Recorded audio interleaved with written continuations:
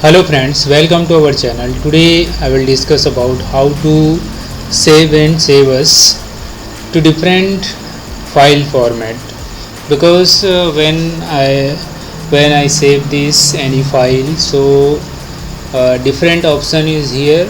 Just click in AutoCAD file and DWG extension, JPG file, PDF file. So different types of option available in file save, because when you uh, save to the another file, another format, so how is it possible? So this is first of all save and very important DXF file.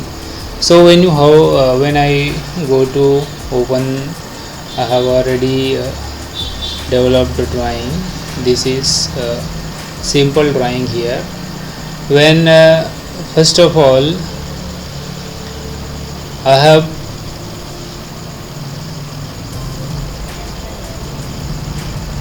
have directly saved this file. Is look at this here, directly save and save as.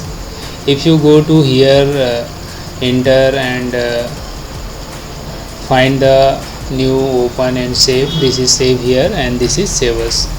So when you go to save here, save, so directly save this file. Where is it? And I will define this position. This folder of location is desktop, so I have already saved this file. So when save, if I want to shortcut key, so Control S, you can press the Control S. This is save here. Look at this position, this area, command text bar, you can see here Control S, save, Control S, save. So this file is continuously save as. When I go to save as the file, this is here save as, and same thing here the save as. Look at this. When go to save as, there are different option of save process. First of all, AutoCAD drawing. This is directly AutoCAD drawing template, select save as. AutoCAD drawing standard. Other format you can save as DWT, DWS, DXF. So different types of file is available in save as. When you go to click the save as, this is here. When you go to save as, now save as, then look at this down direction. You can see here AutoCAD 2010 drawing, DWG, DWG, DWG. Here the different option of DWG. Okay.